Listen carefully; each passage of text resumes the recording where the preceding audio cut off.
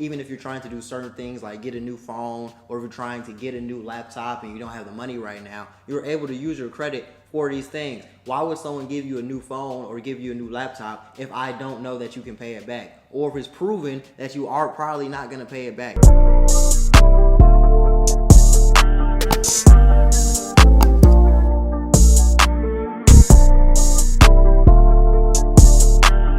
Hey, how are you doing, Consulted by G Dot family? It is your man G Dot, the CEO and owner of Consulted by G Dot, and I'm here with some more useful information that all of you guys can take and use in your daily life. Today, we're specifically going to be covering how to obtain a good credit score. Now, a lot of people still don't understand how to get a good credit score in 2023. They don't understand what influences your credit score, how you would attain a good credit score, what even the first thing I need to do to get a good credit score. And that's why I'm going to come in and give you the useful information that you need to make the best decisions to get your credit to a 700 or higher. That way you can get a new car, get a new apartment, apply for new credit cards, do different things that are going to be useful for your life so you can better your life, get more money from these things, and also live a better type of life instead of having to scrape day to day and live on Section 8 or live in low income apartments or get hoopty cars instead of the car that you really want, and just make your life overall easier for you to benefit from. But before we get into this video, do not forget to like, comment, subscribe, hit that notification bell. That way you get notified every time I drop a new informational video. I would really appreciate if you guys subscribe and hit the notification bell, because I would love to come out with new information for you. So the only way I can know that you want it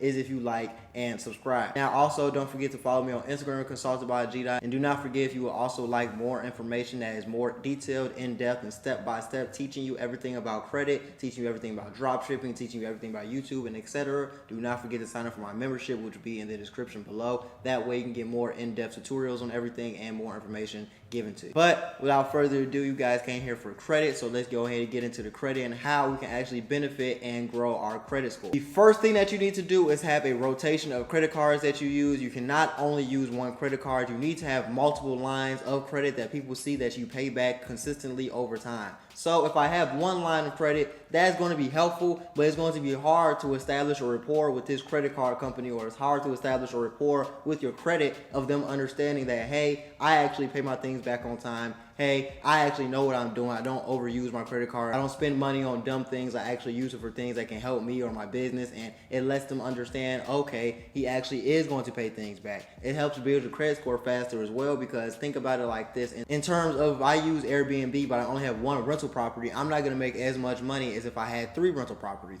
The same can be said for credit. If I have one credit card, it's going to be harder and take longer to build my credit score up, opposed if I have 3, now it's going to be easier to only use a certain percentage of these credit cards, pay my credit cards back on time, and build my credit report up, because now that I've shown that I can pay 3 credit cards back on time or 2 credit cards back on time, it would be easier to establish a better rapport with the credit card company and easier to establish better credit with the credit card companies. Now, of course, initially you're going to have to start out by paying a secured credit card fee. Now, a secured credit card is a credit card that you have to put a down deposit on. Now, this deposit can be usually around $100 to $200. And now you are able to find credit cards that will take a larger deposit, so you can put $300 to $400 down, maybe even $500 to $1,000 down to get a larger line of credit. But there are a lot of credit card companies that allow you to put $100 to $200 down just to begin your credit portfolio and begin your credit journey. That way you can get a credit card today, start building your credit up, and then eventually graduate to a card where you do not need to put a down payment down to actually get the credit card. That is a goal of all of this, to eventually build our credit up to a point where you don't need to put a down deposit down for anything. You can get whatever you would like just by walking in a dealership or walking in the store, running your credit,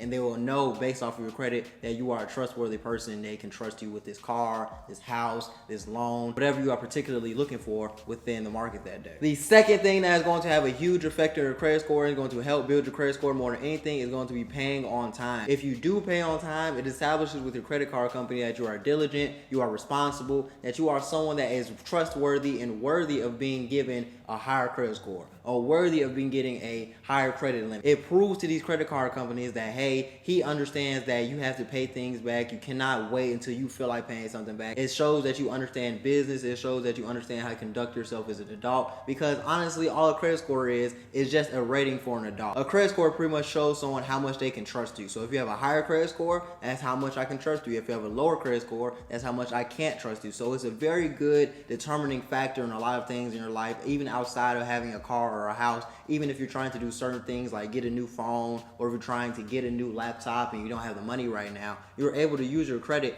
for these things. Why would someone give you a new phone or give you a new laptop if I don't know that you can pay it back? Or if it's proven that you are probably not going to pay it back? I wouldn't want to give this to you. I wouldn't want to take a calculated risk on you. I would want to take a calculated risk on someone that I know is going to actually pay this back. So that's why 9 times out of 10, if you don't have a good credit score, no one's actually going to give you anything or want to actually work with you or sponsor you. So it's very, very important that you focus on paying your credit cards back on time. If you pay your credit card back early, like let's say your bill is due on the 31st and you pay it back on the 20th, that's good that you paid your credit card off before it's due, but you're not going to get a benefit or any extra money or any extra credit boost because you paid your credit card back early. It does not work like that. As long as you pay it back on time, you will get the credit benefits and you will be able to boost your score, but you have to make sure it's before the due date. And please take into account, if you have a account that only works by direct deposit and you're trying to deposit money into your bill through that way, and it takes 3 to 5 business days for the money to actually ship from your account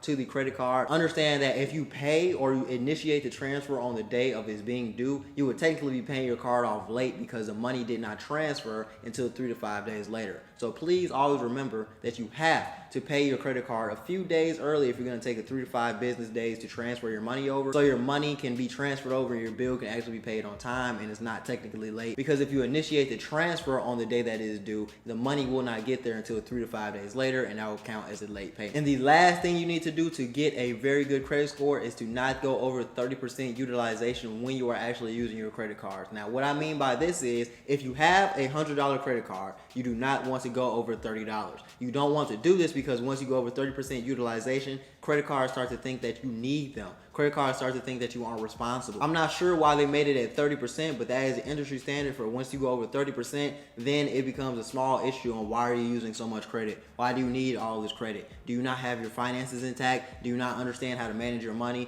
These questions start arising and they feel like you cannot be trustworthy. So you want to keep your utilization under 30%. So that means if I have a $100 credit card and I want to only buy 2 things that month to keep my utilization under 30%. So I might buy food one day and might buy a pack of gum the other day. That will help keep my utilization under 30%, but at the same time, it will let people know that, hey, I do make purchases with this card. I don't just have a credit card and I never use it, and I understand how to pay things back with this credit card, so you can trust me to get the money, use it in the correct way, and pay the money back on time.